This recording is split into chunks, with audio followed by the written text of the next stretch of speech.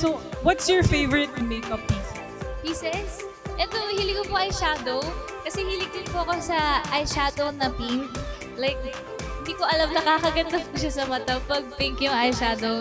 Tapos lalagyan ko siya sa inner corner to something mas bright. Tapos mascara lang po, lip balm, yun, ganun.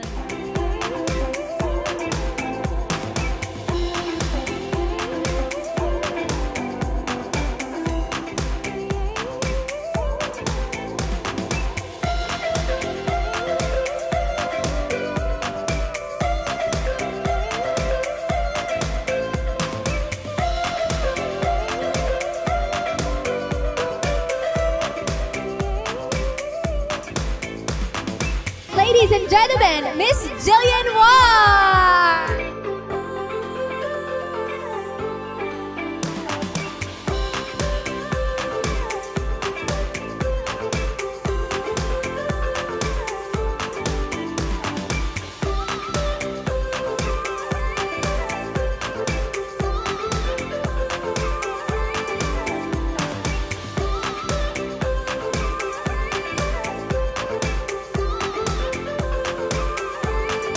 Taong parang you make your own makeup, and anong klaseng makeup yung always na ginagawa mo on your everyday kapag may taping, or parang mas gusto mo iba nagme-makeup sa'yo?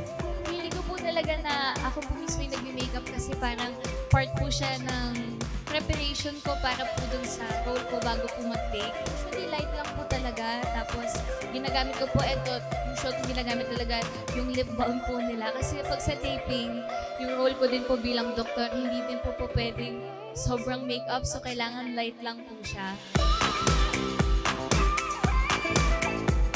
Pretty secret, made to be mermaid! Enjoy po araw na to, and I hope you enjoy the film. Thank you so much po for making my day extra happy. And sana ma-enjoy niyo rin po ang makeup line ng Pretty Secret na #made to be mermaid. Thank you so much din po sa Pretty Secret for inviting me.